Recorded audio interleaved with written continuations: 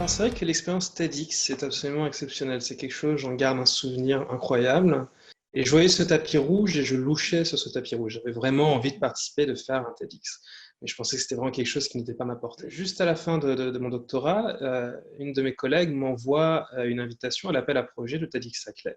Et j'ai tout de suite sauté sur l'occasion. Et du coup, TEDx Saclay m'a permis, donc, via le concours, hein, d'avoir et de participer en tant que speaker à cette expérience TEDx qui était absolument incroyable. On se retrouve sur une scène avec des gens qui sont brillants, avec une atmosphère exceptionnelle, à pouvoir partager quelque chose qu'on aime. Et est-ce que je le recommande? Oui. Si vous aimez la scène, si vous aimez ce que vous faites, vous allez vous éclater. Et en plus, la formation qui est partagée avec, qui est apportée, je veux dire, hein, où on nous apprend à parler sur scène est vraiment exceptionnelle. Donc oui, foncez.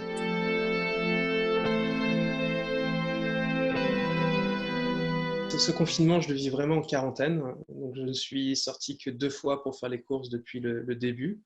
Et c'est voilà, je me réserve, je le prends sur moi, je reste enfermé sous les conseils des experts dans la matière. Je parle des gens qui travaillent dans le domaine médical et comme tout le monde, évidemment, que je respecte et j'honore énormément, le fait qui sortent et qui essaient de nous protéger.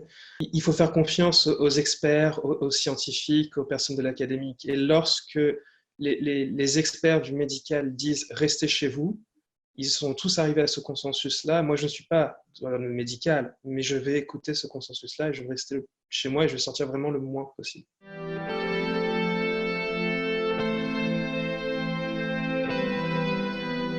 Il y a deux visions. Il y a la vision optimiste de ce que j'aimerais qu'il soit et la vision un peu pessimiste de ce que je pense qu'il va être. D'un point de vue politique, on peut se poser la question, est-ce que ça va être l'effondrement de l'Europe ou au contraire, est-ce que tout le monde va se souder? D'un point de vue économique, c'est est-ce que les entreprises vont décider de se relocaliser ou au contraire, ça va être une crise économique catastrophique? L'environnement, est-ce que du coup tout le monde va se jeter sur le pétrole parce que c'est pas cher ou est-ce que tout le monde va se dire bah tiens finalement on va peut-être faire quelque chose parce qu'on voit très bien autour de nous qu'un mois sans l'humain sur Terre entre guillemets l'environnement respire. J'ai envie que ça ait un impact, mais il ne faut pas sous-estimer la possibilité de l'homme d'oublier. Donc, si vous regardez ça, ce que j'ai envie de dire, c'est même si ça peut être difficile, ça peut coûter plus cher de faire quelque chose qui serait à améliorer le monde de demain, essayez autour de vous, dans votre milieu professionnel, indépendamment où vous soyez, de se dire, OK, là, on a peut-être une occasion de changer intrinsèquement la manière dont l'espèce humaine est en train de vivre. Et moi, c'est ça ce que j'espère qu'il sera, que voilà, on vivra mieux sur cette terre.